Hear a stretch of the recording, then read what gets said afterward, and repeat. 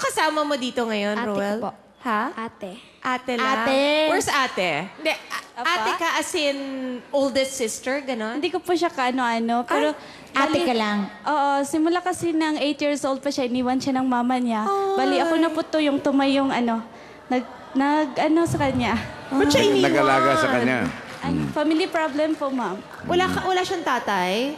Meron po. Nasaan yun? Nasa Bukidnon din po. Nung binaha kami, ma'am, naanod yung bahay nila.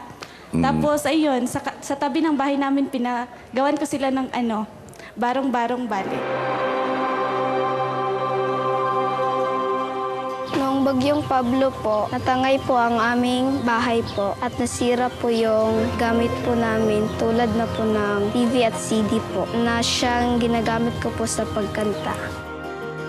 Nagpapasalamat po kami sa ko po sa amin. Kung wala po sila po, baka sa lansangan na po kami nakatira.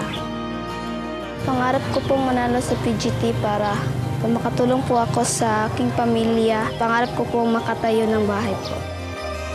Pero grabe yung talent mo, ah. Cute-cute mo pa, di ba, boss? Ang taas ng Yeah. boses mo. Although minsan nagsha-sharp ka, pero syempre iba pa rin Baby yung pa naman mga dating mo. Oo. Roel, you have definitely pure talent. Ang galing-galing mo. Salamat po. Isa pa daw. May iba kang kaya, bukod kay Whitney. Ano yung iba O mo? sige, ano ka? Kahit akapela na lang.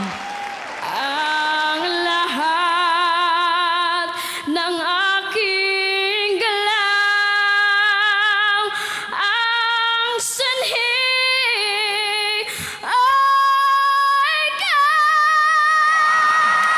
kung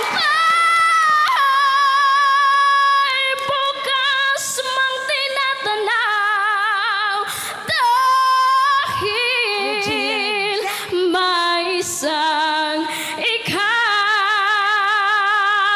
kulang ang magpakailan pa man upang bawat sandali ay upang mulit-muli ay ang mahalin ay